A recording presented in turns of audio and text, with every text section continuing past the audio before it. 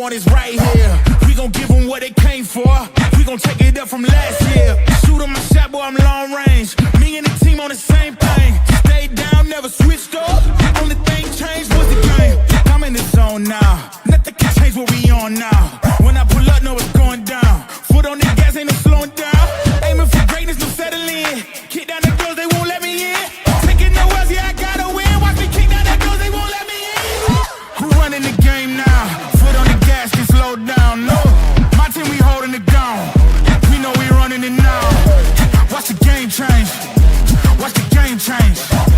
Watch the game change. Watch the game change. Welcome to another edition of the It's Cavalier podcast. It's your boy Mac.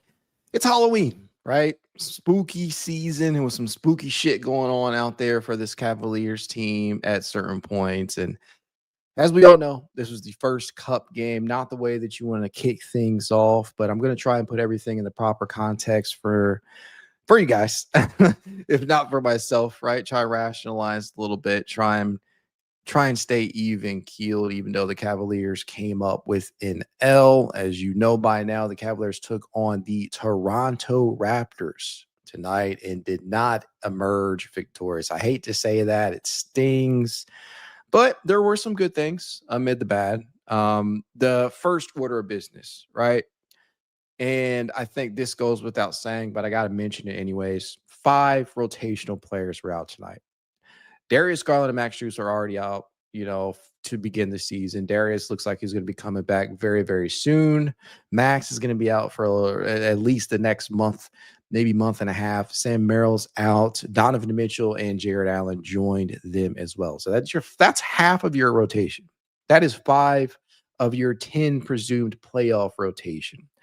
So suffice it to say, I was going to take everything that occurred tonight, good or bad, with a grain of salt. What have I been saying? I can't get too high, too low on this regular season for the Cavaliers. I can't sit up here and be pissed, right? I wanted to win tonight's game. It was the first cup game. I love the court and everything. Beautiful out there, but I cannot bring myself to be mad about this particular loss tonight. It was going to be a tough game with a lot of lineups that weren't used to being thrown out there were thrown out there. We got some of the young guys. And another thing that I've been screaming from the rooftops, been shouting from the mountaintops, evaluation, right? Evaluation, experimentation. And tonight we got a lot of that because we got some of the young guys out there. We even got some Thomas Bryant action. I actually enjoyed some of his minutes out there. But overall, it wasn't all bad. As much as people are probably going to try and make it out to be, I saw some good things out there along with the bad. I thought to myself by halftime, let's just start with this. The bench could not score anything. They were 0 of 13. This is no lie. The Cavaliers bench was a combined 0 of 13 entering the half. At that point, I just knew that this team was trending in the wrong direction in terms of the win-loss tonight. And it didn't look that way coming out of the half. But before we even get there, I have to make mention of a few players, right? Right off the bat, Jaylen Tyson, who's coming off probably his best performance in a long time, right? I mean, he hasn't played very long. He has 53 career games under his belt, but he's coming off a performance in which he scored 19 points and looked like the best Cavalier on the floor in a loss. And tonight, he gives a very similar effort. And he was a huge reason why the Cavaliers, despite getting 0 bench production early on, were able to make this thing a very, very winnable game, as he would finish tonight with 18 points, 4 boards, 4 assists, and 3 huge blocks, and would go 7 of 14 from the field, including 4 of 8 from deep. He was 4 of 6 at halftime. He did not knock down a triple, if I'm not mistaken, in the second half, which sucked to see, but that's a step in the right direction for our guy, Jaylen Tyson, who came into tonight shooting very well, albeit on lower volume from three-point distance. After tonight's game, Jaylen Tyson is averaging 9.7 points, 2.8 rebounds, and 1.5 assists in a little over 24.2 minutes per game. But the thing that sticks out to me the most is that he is now shooting 43.5% from three-point distance on roughly 3.8 attempts per game. Now, I'm in a group chat with a lot of people, multiple group chats, right? One of the things that I had mentioned, and I mentioned this in my preview for Jaylen Tyson as well.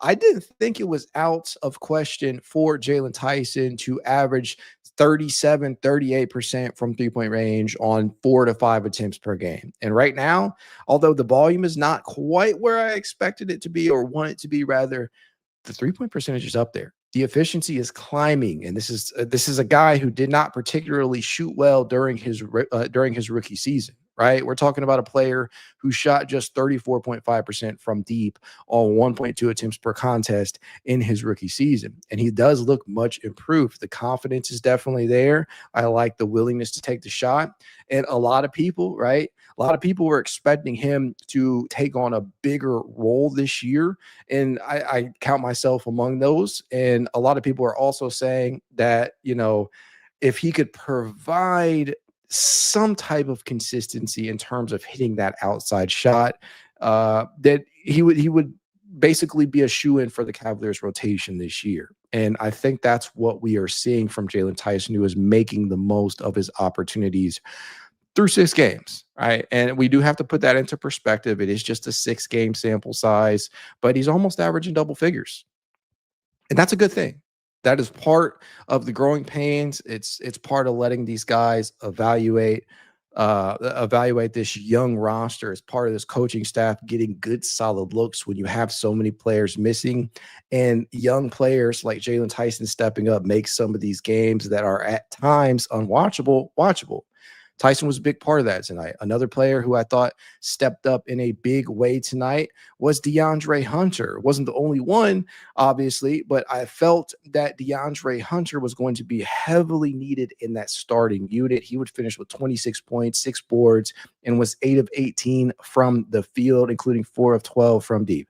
Listen, DeAndre Hunter obviously is not going to be able to get the job done all by himself, but when Donovan Mitchell is out, when Darius Garland's out, when there's no Max Strus, there's no Jarrett Allen, yeah, the opportunities for DeAndre Hunter to become a big-time player in this starting unit, the opportunities for him to put up big stats, they're there. And I felt that heading into the season, that he had the ability to be a 20 points per game scorer, but besides so much firepower in that offensive unit, it just was not necessarily going. I just don't think that's going to be the case moving forward. But you see him continuing to showcase some of the things that he does.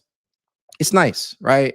I released a video just earlier today about the Cavaliers needing more rim pressure, more dribble penetration, more drives. And I think at times you saw that tonight. I thought DeAndre, Evan, Tyrese Proctor, Craig Porter Jr., a lot of these guys were able to do that with more frequency, but it just still, when you have so much inconsistency in some of the lineups, and again, a lot of guys who've never played together before in certain lineups or haven't just been out there on the court with one another, it's fair, right? So I think that those are some of the things that I was looking to see tonight, not necessarily as reliant as they have been on the three-point shot at times. Now, don't get me wrong. They still took a lot of them tonight. I think they took 47 tonight, if I'm not mistaken. They hit 29.8%, which is not good. And a lot of that is because the bench could not drop a shot to save their lives. Another part of that is simply just because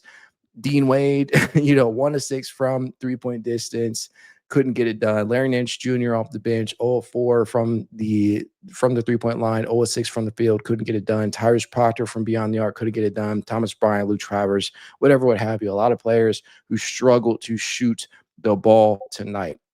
And on the opposite end, right, I have to give props where props are due. Jamison Battle, man, this dude was knocking down clutch shot after clutch shot for this Toronto Raptors team. He would contribute 20 points for them. Perfect 7 of 7 from the field. Major props to him, because every time they needed a momentum shifting shot or they needed to stymie something, Jamison Battle was there to quiet things down. Now, it wouldn't be right of me not to mention the type of night that Evan Mobley had, because legitimately I felt that Evan, if guys knocked down their shots on some of the passes that they were getting from Evan Mobley, we probably would have seen close to a triple double for Evan Mobley. It's crazy. And the stat line reads 29 points, 8 rebounds, 3 assists, 3 steals, 1 block, 11 of 17 from the field, 2 of 5 from deep, 5 of 8 from the charity stripe. Evan had a great game tonight.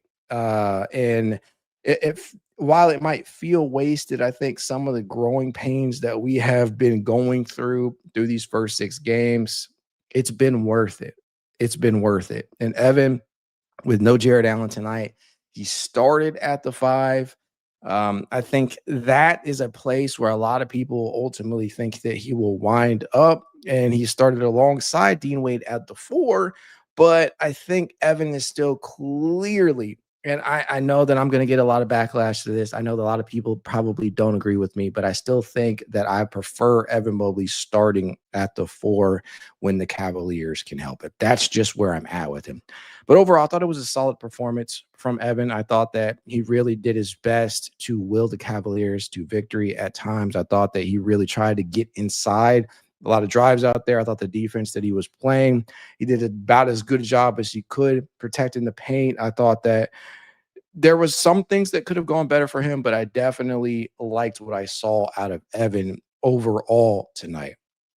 Now, again, I think I absolutely think that patience is required for this team as they now sit at 3-3, which is not the best place to be at, but it's considering the context, all these injuries they've dealt with, it's not the worst possible place either.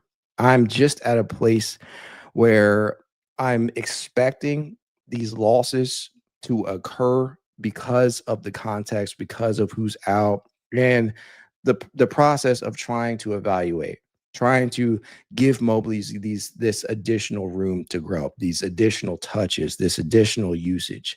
And yeah, my biggest complaint with Mobley this year has been the shot selection at times, where the play starts for him is not necessarily where I want it to start all the time. Some of the possessions, I think they can put Mobley in better places.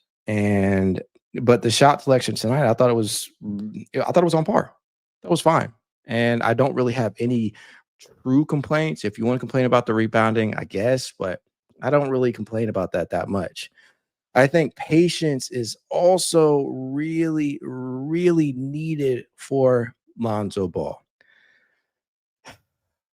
I've debated a lot of people over the last couple of weeks about Lonzo Ball's impact, Lonzo Ball's ability to play high-level basketball. And here's what I'll say.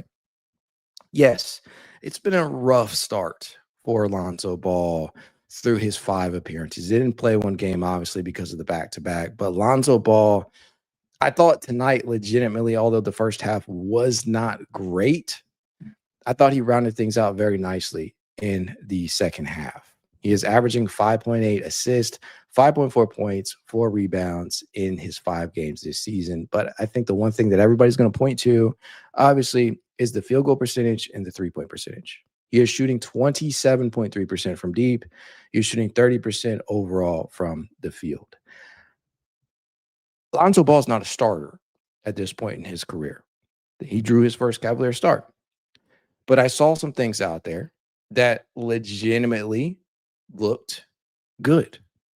I thought the break starting, transition defense, transition offense, and I legitimately felt that the 3-point shot is starting to come around. 2 of 4 from deep tonight, as Lonzo Ball would finish with a stat line of 8 points, 5 rebounds, 5 assists, a steal, was 3 of 7 from the field, including 2 of 4 from deep, right? Highest plus minus on the floor tonight for the Cavaliers. And I know +5 doesn't sound great, but when you consider that Craig Porter Jr. was -17, you can consider that Tyrese Potter was -11, Luke Travers -14, DeAndre Hunter -3. Puts things into perspective. No, it is not a situation where Lonzo just completely looks like he does not have the talent, because the talent is there. The three-point shot just needs to fall. And tonight he shot 50% from deep. The defense is as good as always from the perimeter. The playmaking is there. We even saw a little bit of pick and roll, a little bit of drive and kick from Lonzo. And I think that to me, if people can understand the type of player that Lonzo is, I think that they will have a better understanding of what he can bring to the table. Truly. Lonzo Ball is not a driving type of guard. He has never driven more than 390 plus drives in any season that he has played at the NBA level. That's not a lot. It's truly not. That's only 100 less than Evan Mobley had last year. It's not a lot for a guard at the NBA level. It's just not something that he's truly ever done with amount of high volume. And I don't expect that to change with this Cavaliers team. I outlined that numerous times when they acquired him. I outlined that in numerous times when I did my season previews for this player. There is just not a reality in which I see Lonzo Ball all of a sudden becoming an excellent driver of the basketball, especially with the injury history. And I pose this question to you. Do you really want him to? With everything that he has dealt with everything that Lonzo Ball has gone through from an injury perspective, do you really want him to all of a sudden start putting his body in more possible position to be banged up? I don't. I just don't think that is something to expect out of Lonzo moving forward. He's much more side to side. He's much more transition, fast break type of offense. He can lob it. He will give you the occasional drive. Pick and roll could be a little better, but I just would not expect Lonzo to truly be that drive and kick type of option that Darius Garland is. It's just not who he is. He's not Ty Jerome either. Ty Jerome was one of 4 players last year with at least 400 drives. Last year it was Darius, who was 6th in the entire NBA in that category. That's a big chunk missing. It's why the Cavaliers just aren't penetrating the defense as much. Donovan Mitchell was 2nd with around 900, and Evan Mobley and Ty Jerome rounded out the top 4. You don't have Ty Jerome anymore. He's no longer on the roster, obviously. You don't have Darius Garland available right now. Donovan Mitchell was not available tonight. And Evan Mobley was really the only guy putting dribble penetration out there outside of DeAndre Hunter. And so I think that if you put things into the proper perspective, you'll be a lot more open-minded to being patient with Lonzo, because tonight was yet, despite what people may believe, tonight was a step in the right direction.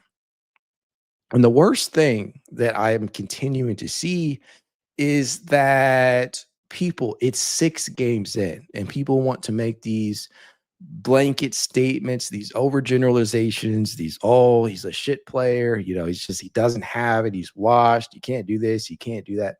It's 6 games in on a new team.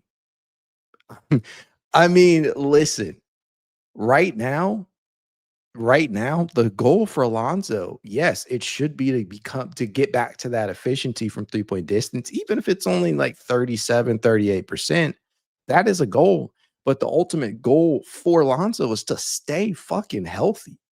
That's what it is. It's 6 games in. Lonzo's played 5.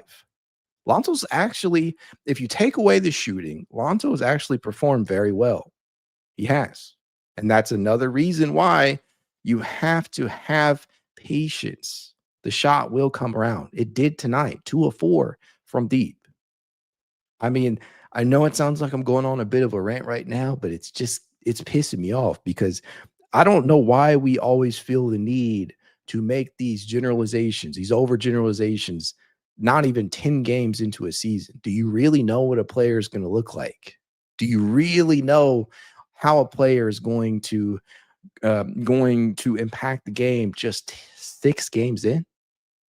I mean, there are certain players that like you see when you watch them, yeah, they don't really add too much. You can probably make an educated guess that they won't, but I think that he has shown enough on both ends of the floor to warrant a little bit more patience. I just don't understand it. I don't. And a lot of times it's the people who have this regular season don't matter mentality when you're making these statements, and then the second that they have a great regular season games or game rather. People are so quick to say, "Oh, well, you gotta wait till they do it in the playoffs." It's like they want to have their cake and eat it too. And to me, it's just like, okay, be patient. They were down 5 rotation regulars tonight. A bunch of guys who don't normally play got in the game and played in lineups that they don't normally play in. It's that simple. So I encourage everybody, if you did not watch the game tonight, take that into consideration. Please try and put things in the proper perspective. It sucked to lose in that first. It's it sucks to. I see you down there, Floyd. It sucks to lose the first NBA Cup game. It does. But I think that people have to be patient. And I understand we live in this world where it's like a lost virtue. But you gotta understand this is where they're at. And they're perfectly okay losing a few games earlier on in the season if it means that they're developing certain things in specific players. If that means you're getting Evan Mobley these increased touches to give him that confidence. If it means that Lonzo takes 6, 7 triples a game and he just has to find his rhythm. If it means that DeAndre Hunter is out there trying to drive into the painted area, even if he's not knocking them down as efficiently as we wanted them to. All of these things. Just be patient. That's all I'm saying. Outside of everything I just mentioned, there were a couple of other notables. I really enjoyed the Thomas Bryant minutes. I know that a lot of people are expecting Thomas Bryant to be a regular after watching some of Jarrett Allen's up and down performances.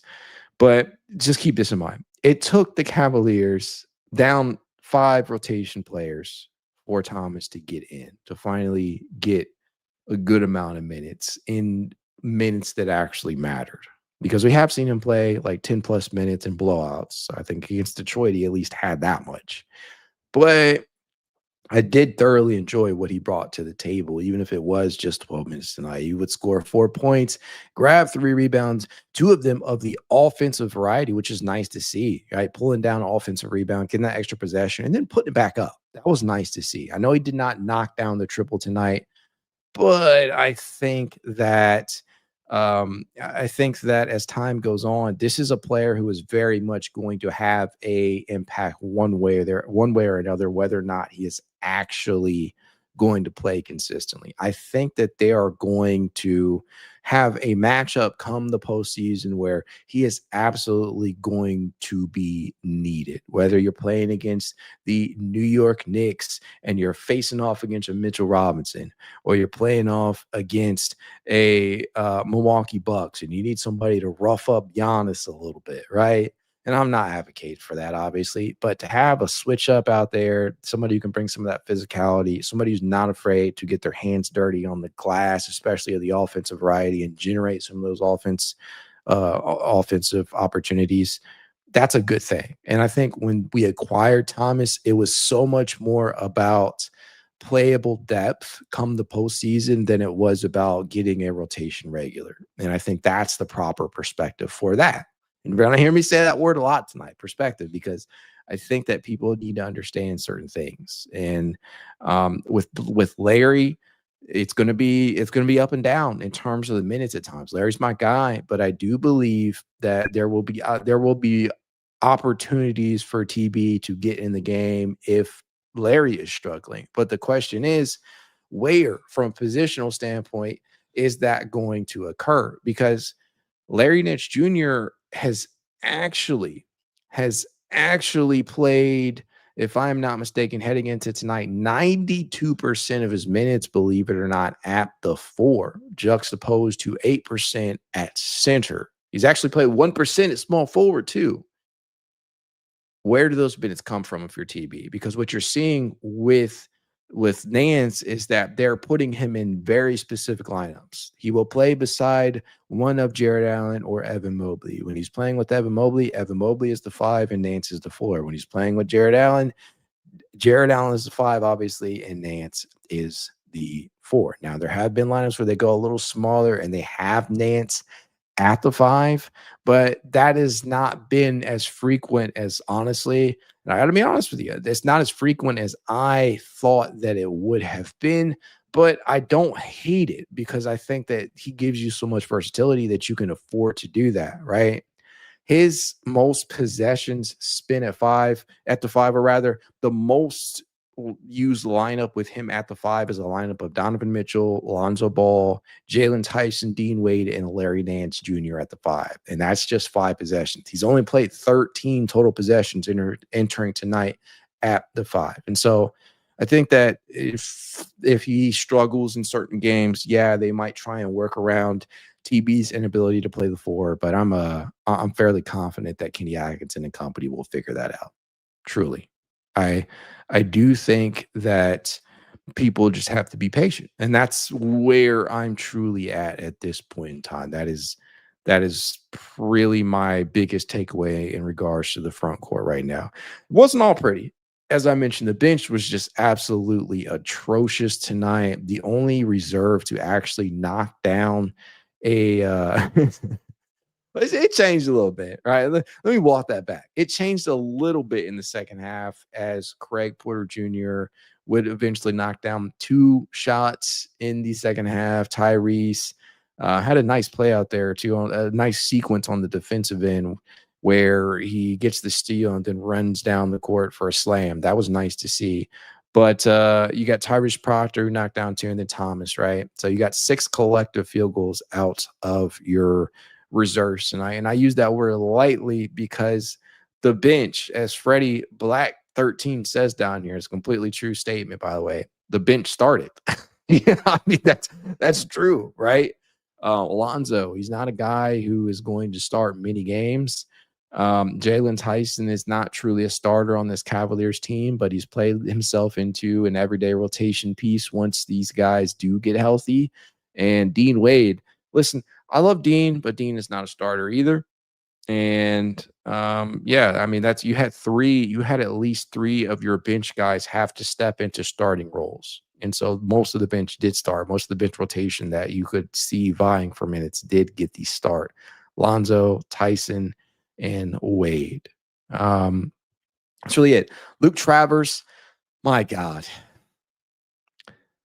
You guys know how much I've rooted for Luke Travers over the years. You know how much I want him to make it at this level, but I just don't think so, man.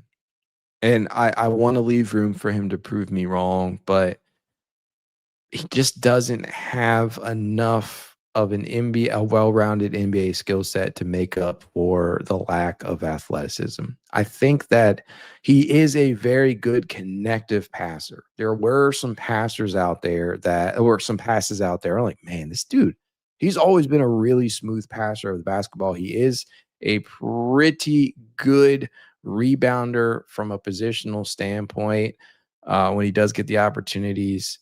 But the inability to play defense at a high level, the inability to knock down the three-point shot with any sort of consistency, it is what is going to continually plague him and keep him out of the NBA.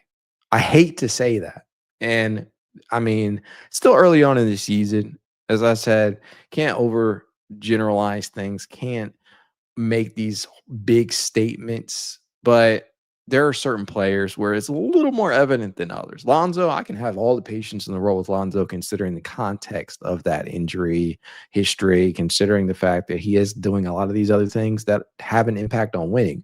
With Travers, you're not seeing anything consistently that leads to winning. And I hate to say that. I want him to prove me wrong so bad. I want him to make it so bad, but I just don't see that happening as of right now. And it was the minutes tonight for Travers, save a few plays. It was bad, man.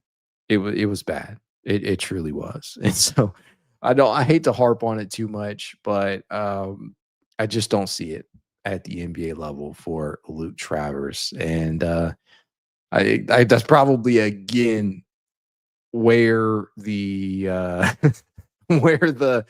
where the overall opinion with Travers should stay at this point in time. Also, I don't know if you've been keeping track of this because I most definitely have.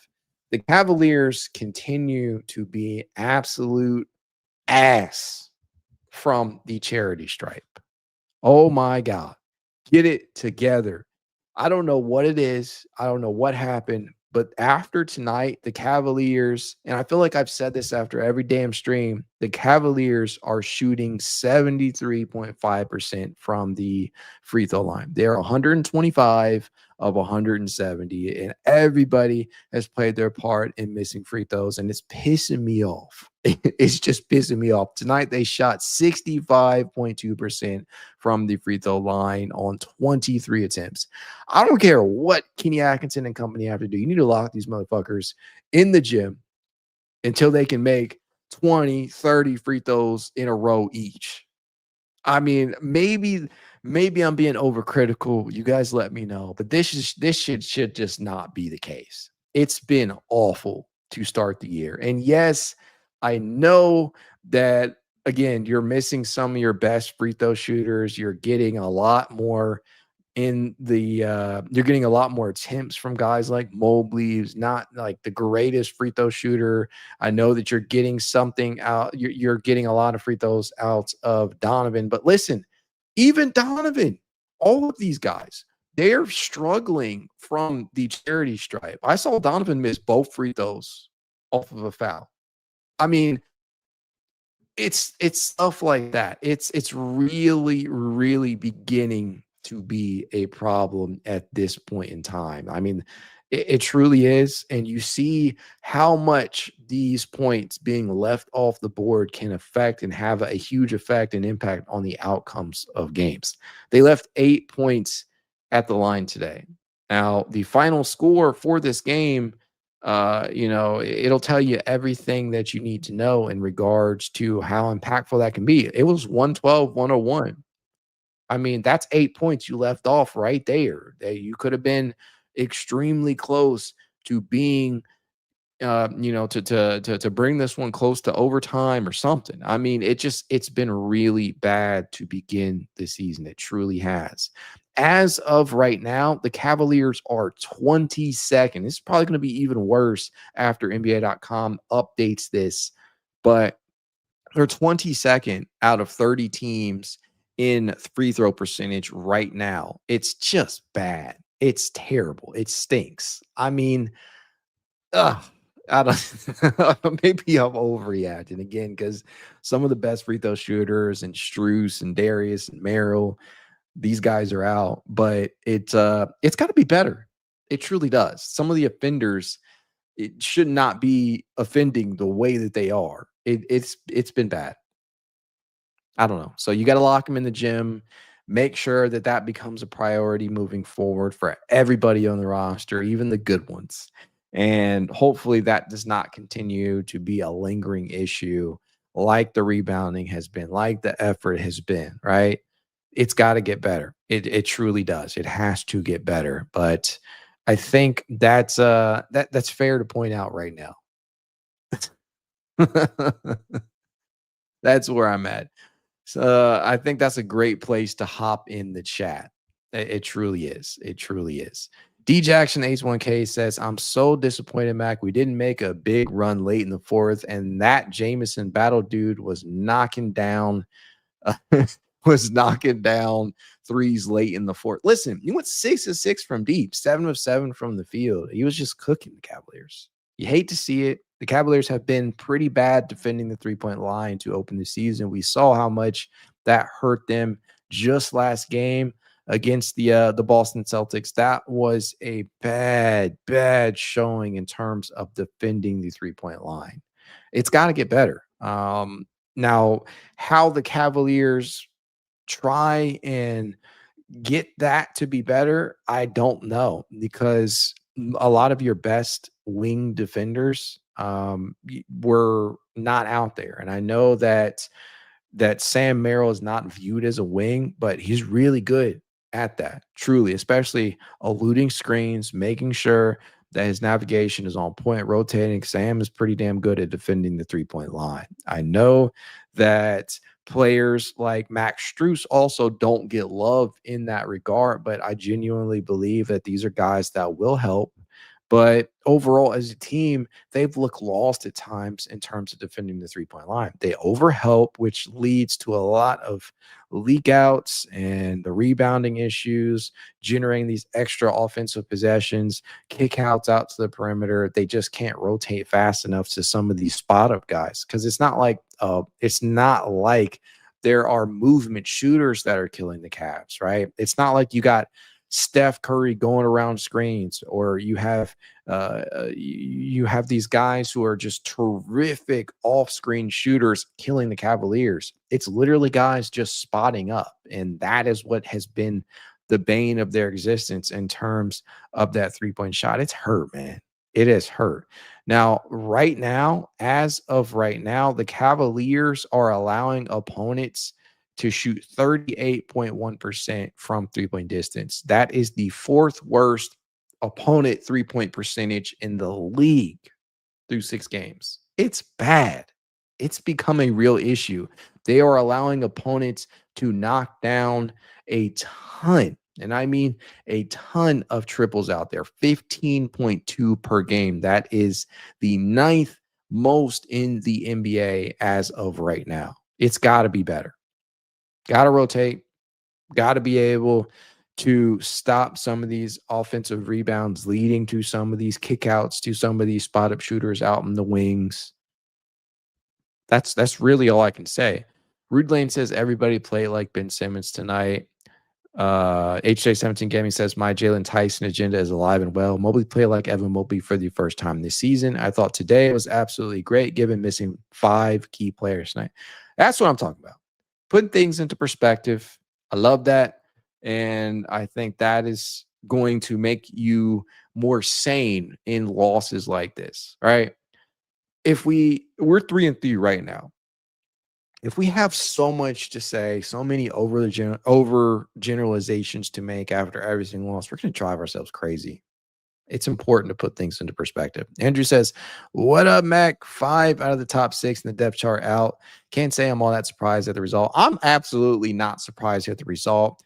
I already said at the start of this that I was more so looking at some of the developments in this game, right? Whether that be individual player developments, seeing what Mobley looks like with even more touches, bringing the ball to the floor, seeing what DeAndre Hunter looks like with increased opportunities, seeing what Jaylen Tyson does after a magnificent game against Boston where he looked like the best player on the floor. And that's exactly what we got. Like that third quarter was great. It started off great. It didn't end so great, but they went on a avalanche, one of their big runs, and obviously the quarter did not end well. Didn't end the way that we wanted to, as the Cavaliers would end up going on, I think, a 16 point run starting at the end of the second and into the third quarter, but they just could not manage to close things out in that third quarter. And Toronto, all right, they got some shots. Battle was definitely killing the Cavs tonight. Rudy Lane says, I'm missing Sam Merrill so much. We all are, truly. D Jackson H1K says, bro, we lost to the Raptors. I can't believe it, Mac. We'll live. We truly will. H-Day also says, also why no Tomlin tonight? I don't know. I was really wondering the same. I think I mentioned the other day on social media that I wanted to see some Naquan Tomlin minutes. If we're going to experiment, we're going to evaluate the young talent. Why not give Naquan rather an opportunity? And we just did not get that. It says DNP coach's decision. I don't know, like if he's in the thor counts. I don't know if he's just that far down in the depth chart. I don't know if he's dealing with an injury, but he just wasn't available to truly suit up, or the Cavaliers just didn't feel like he needed to play over the guys that actually did. I think he'll get opportunities, but I was kind of sad to see him not get out there. It really was. Dominic says, no excuses. We lost to a 1-win team. It's 6 games in, man. One win against, a loss against the one-win team doesn't carry a lot of weight if it's only 5-6 games into a season for most teams. And considering that they're down 5 rotation players, I can't bring myself to be truly mad. Just can't. Juan Silva says, who cares? This team can't stay healthy. Hey, get the injuries out of the way now. That's what I say, right? If you're going to deal with them, if they're going to be nagging injuries, if you're trying to figure out what you got, now's the time to do it as opposed to later on in the season. So get the injury bullshit out of the way now, and hopefully it runs its course.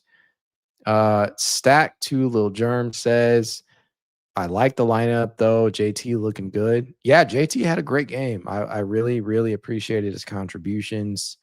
Andrew says also Tyrese looked like he's going to eat up all of CPJ's playtime. Great find by them late in the draft.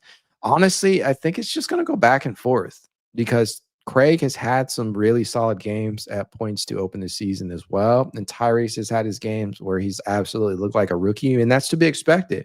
But Tyrese, I would be lying if I told you I didn't believe in his talents because I truly do. I think he's looked much better at the NBA level from a defensive standpoint than I expected him to out of the gate.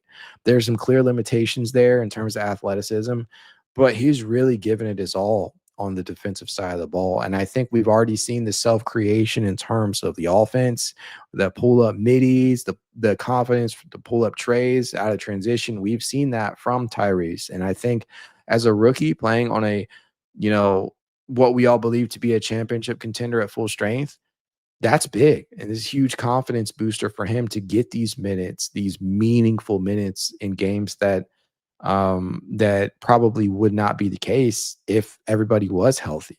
So good to see Tyrese stringing together some good possessions out there, regardless if the shot is falling or not. If Likespo says, I'm really sad because because to me, this group was so easy and made for us semi-healthy. But trust me, Raptors ain't going undefeated. Everybody in our group chat is losing, in my opinion.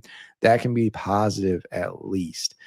Listen, I am of the mindset right now that I'm okay to lose a few games in the early going if it means that you're getting an opportunity, a real opportunity to evaluate what you have in some of this young talent. If it means that the Cavaliers have to stumble out of the gate and make up some ground, as long as it's not too late into the season, I'm fine. Because as long as this team finishes with the top 4 seed, and I believe they will, I still believe that they finish no worse than 3rd, they'll be fine. Because the real thing that you want for this team is to be healthy entering the playoffs. I give a damn if they get the number 1 seed. I give a damn if they win 60+ games. I just want them to be healthy because none of that regular season stuff is going to help them come the playoffs. You want to see good habits developed. You want to see a good mindset and mentality out there. You want to see guys healthy, and you want to see the team peaking at the right time. Now, right now, if that means that we have to suffer through some of these growing pains and some of these injury things, then so be it. D Jackson says, yeah, I'm going to give Tyson the props he deserves. He played his ass off. I agree. I totally agree. Matt Corwin 5125 says, Jameson Battle let me down in C-Bus. Now he can't miss when it comes to Cleveland. Yeah, man. Ohio State days for Battle were something else. But he absolutely cooked the Cavaliers tonight from 3-point distance.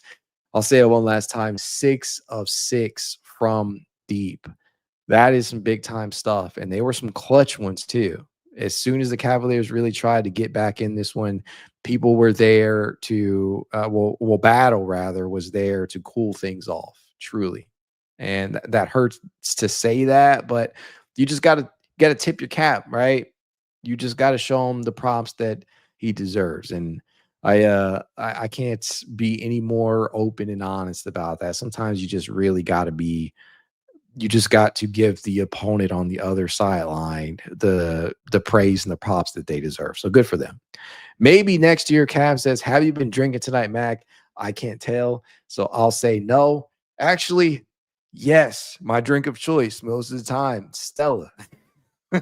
It's Halloween, man. Of course, got the kids trick or treating, all that stuff. I mean, you need a beer to get through some of that sometimes. You need a beer to get through some of these games sometimes. That's just where we at, man. I mean, call it copium, call it liquid courage, call it whatever you want, but I'm having me a beer during the holiday that I love in Halloween, man. That's where I'm at. Never Bloom says, "Ain't that the truth?"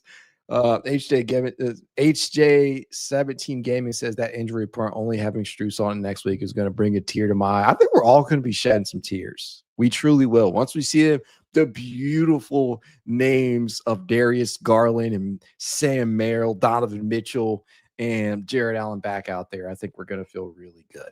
Going to feel really good.